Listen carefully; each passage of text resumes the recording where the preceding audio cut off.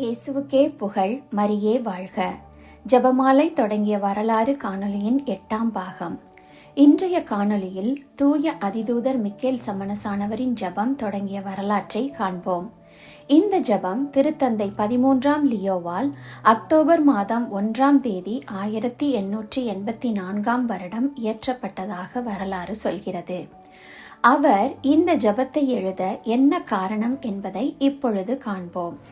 மேற்சொன்ன நாளன்று திருத்தந்தை அவர் இல்லிடத்தில் உள்ள ஆலயத்தில், அதாவது திருத்தந்தை மட்டும் திருப்பலி நிறைவேற்றும் ஆலயத்தில் திருப்பலி நிறைவேற்றி முடித்தவுடன் ஒரு காட்சி கண்டார்.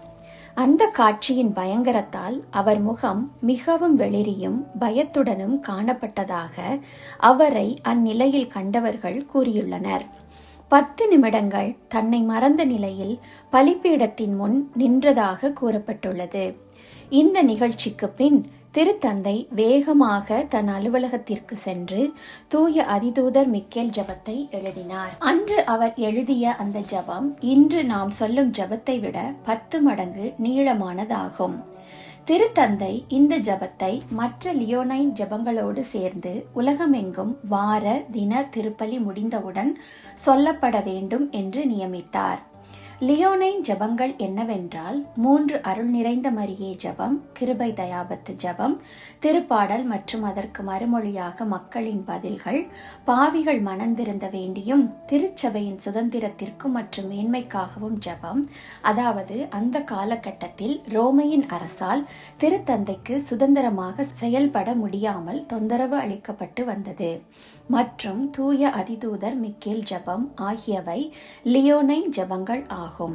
இந்த ஜெபங்கள் 1884ஆம் ஆண்டிலிருந்து 1965ஆம் ஆண்டு வரை உலகமெங்கும் வார தின திருப்பலிக்கு பின் கட்டாயமாக சொல்லப்பட்டு வந்தது. இதில் 1929ஆம் ஆண்டிற்கு பிறகு, ஏனென்றால் அந்த வருடம் வட்டிக்கான் சிட்டி உருவாகியது, திருத்தந்தைக்கு ரோமை அரசின் தொந்தரவிலிருந்து விடுதலை கிடைத்த பின் சில ஜெபங்கள் லியோனைன் ஜெபங்களிலிருந்து அகற்றப்பட்டது. மீதி ஜெபங்கள் 1965 வரை சொல்லப்பட்டு வந்தது. 2ஆம் வத்திக்கான் சங்கத்திற்கு பிறகு இது கட்டாயம் சொல்ல வேண்டும் என்ற நிலை மாறியது. திருத்தந்தை அந்த காட்சியில் என்ன கண்டார்? எதற்காக அவர் தூய அதிதூதர் மிக்கேல் ஜெபத்தை அவ்வளவு விரைவாக இயற்றினார்? ஏன் உலகமெங்கும் அது சொல்லப்பட வேண்டும் என்றார்? அதை இப்பொழுது காணலாம். திருத்தந்தை பின்வருமாறு விளக்கியுள்ளார். தான் நற்கருணை பேழையின் அருகில் இருவர் குரலை கேட்டதாகவும், ஒன்று அகங்காரமான சாத்தானின் குரலும் மற்றொன்று கனிவும் சாந்தமும் நிறைந்த நம் ஆண்டவராகிய இயேசு கிறிஸ்துவின் குரலும். அவர்களின் உரையாடல் பின்வருமாறு. சாத்தான் நம் ஆண்டவரிடம், நான் உன்னுடைய திருச்சபையை அழிக்க முடியும் என்றான். அதற்கு இயேசு கிறிஸ்துவின் பதில், உன்னால் முடியுமா? அப்படியென்றால் போய் அவ்வாறு செய் என்றார். அதற்கு சாத்தான், அப்படி செய்ய எனக்கு அதிக நேரமும் அதிக வல்லமையும் வேண்டும் என்றான். அதற்கு இயேசு கிறிஸ்து, எவ்வளவு நேரம் எவ்வளவு வல்லமை வேண்டும் என்றார். அதற்கு சாத்தான், 75லிருந்து 100 ஆண்டுகள் மற்றும் தங்களை என்னுடைய சேவைக்கு அர்ப்பணிப்பவர்கள் மீது மிக பெரிய வல்லமை வேண்டும் என்றான். அதற்கு நம் ஆண்டவர், உனக்கு நீ கேட்ட நேரமும் வல்லமையும் வழங்கப்படும், நீ அவற்றை கொண்டு விரும்புவதை செய் என்றார். இது யோபு புத்தகத்தில் நடந்தது போலவே உள்ளது. சில பேர் நினைக்கலாம், எதற்காக கடவுள் சாத்தானுக்கு அவன் கேட்டதை கொடுத்தார்? தங்கத்தை தீயில் போடவில்லை என்றால் அதன் தரம் யாருக்கும் தெரியாது. நம்முடைய விசுவாசம் சோதிக்கப்பட்டு அதில் நாம் வென்றால்தான் அதன் முழு மகிமையை நாம் அடைய முடியும். இறையியலாளர்கள் அந்த 100 வருட காலம் உடனே ஆரம்பித்ததாக சிலரும், சிலர் முதல் உலகப்போர் ஆரம்பித்த காலத்தில் தொடங்கியதாக கூறியிருக்கிறார்கள். இந்த 100 ஆண்டு காலத்தில்தான் கருத்தடை, கருக்கலைப்பு, உலகப் போர்கள், பல கலவரங்கள், ஓரின திருமணம், விபச்சாரத்திற்காக ஆட்களை கடத்துதல், பொழுதுபோக்கிற்காக அதிக சாதனங்கள் என்று கடவுளுக்கு எதிரான அனைத்து செயல்களும் அதிகரிக்கத் தொடங்கின. மக்கள் கடவுளுக்கு பயப்படாமல் எல்லா காரியங்களையும் தைரியமாக செய்ய தொடங்கிவிட்டார்கள். 3ஆம் உலகப் போர் அபாயம் அனைவர் மனதிலும் இருக்கின்றது. திருத்தந்தை 13ஆம் லியோவின் அந்தரங்க காரியதரிசியை நன்றாக அறிந்த ஒரு கர்தினால் அந்த காரியதரிசி பின்வருமாறு கூறியதாக அறிவித்து உள்ளார். திருத்தந்தை அன்று ரோமையில் பல ஆயிரக்கணக்கான தீய ஆவிகள் கூடுவது போல் அந்த காட்சியில் கண்டுள்ளார். அந்த காட்சியின் அனுபவத்தின் விளைவாகத்தான் திருத்தந்தை தூய அதிதூதர் மிக்கேல் ஜபத்தை உலகமெங்கும் உள்ள ஆலயத்தில் ஜபிக்கப்பட வேண்டும் என்று அறிவித்தார். அந்த ஜபம் பின்வருமாறு: அதிதூதரான புனித மிக்கேலே, எங்கள் போராட்டத்தில் எங்களை காத்தருளும். பசாசின் வஞ்சக சூழ்ச்சிகளில் எங்களுக்கு துணையாயிரும்.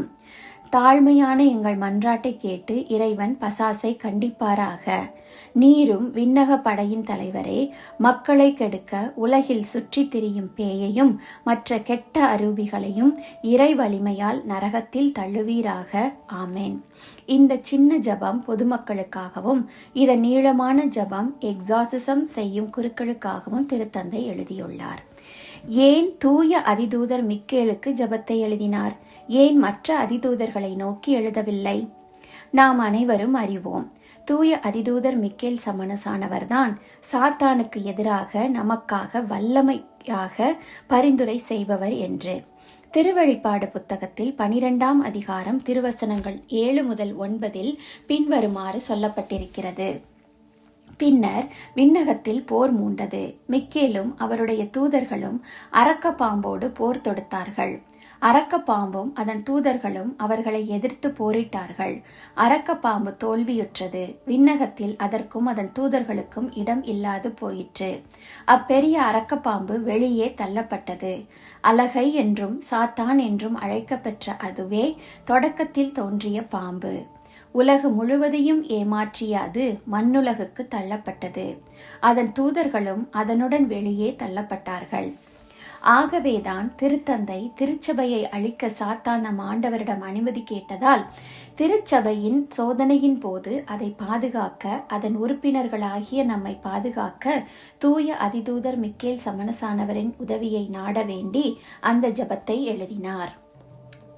1965ஆம் ஆண்டு திருப்பலிக்கு பின் கட்டாயமாக சொல்லப்பட்டு வந்த லியோனைன் ஜபங்கள், அதாவது 3 அருள் நிறைந்த மரியே ஜபம், கிருபை தயாபத்து மந்திரம் ஜபம், தூய அதிதூதர் மிக்கேல் சமணசானவர் ஜபம் ஆகியவை கட்டாயம் சொல்ல வேண்டாம் என்று அறிவிக்கப்பட்டது.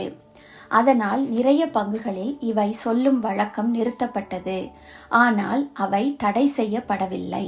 இன்னும் சில பங்குகளில் சொல்கிறார்கள். விரும்புபவர்கள் தனியாக சொல்கிறார்கள்.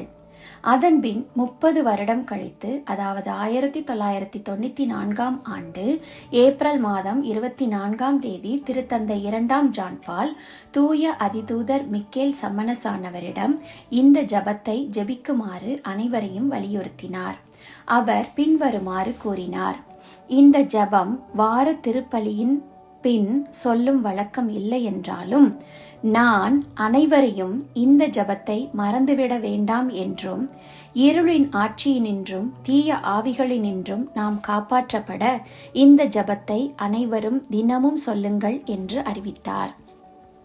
2018ஆம் ஆண்டு செப்டம்பர் மாதம் 29ஆம் தேதி, அதாவது அதிதூதர்கள் திருவிழா நாளன்று, திருத்தந்தை பிரான்சிஸ் அவர்கள் அனைத்து கத்தோலிக்கர்களையும் தினமும் ஜெபமாலை ஜெபிக்குமாறும், ஜெபமாலையின் முடிவில் லியோனைன் ஜெபங்களில் உள்ள தூய அதிதூதர் மிக்கேல் சமணசானவர் ஜெபத்தை ஜெபிக்குமாறும் அறிவித்தார்.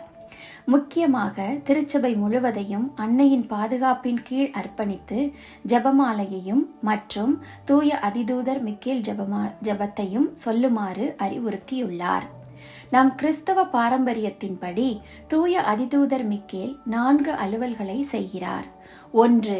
அவர் சாத்தானை எதிர்த்து போரிடுகிறார். 2. அவர் சாத்தானின் சக்தியிலிருந்து விசுவாசமுள்ள ஆத்துமாக்களை காப்பாற்றுகிறார், முக்கியமாக அவர்கள் மரண நேரத்தில். 3. அவர் கடவுளின் பிள்ளைகளுக்கும் திருச்சபைக்கும் பாதுகாவலாளியாக இருக்கிறார். 4.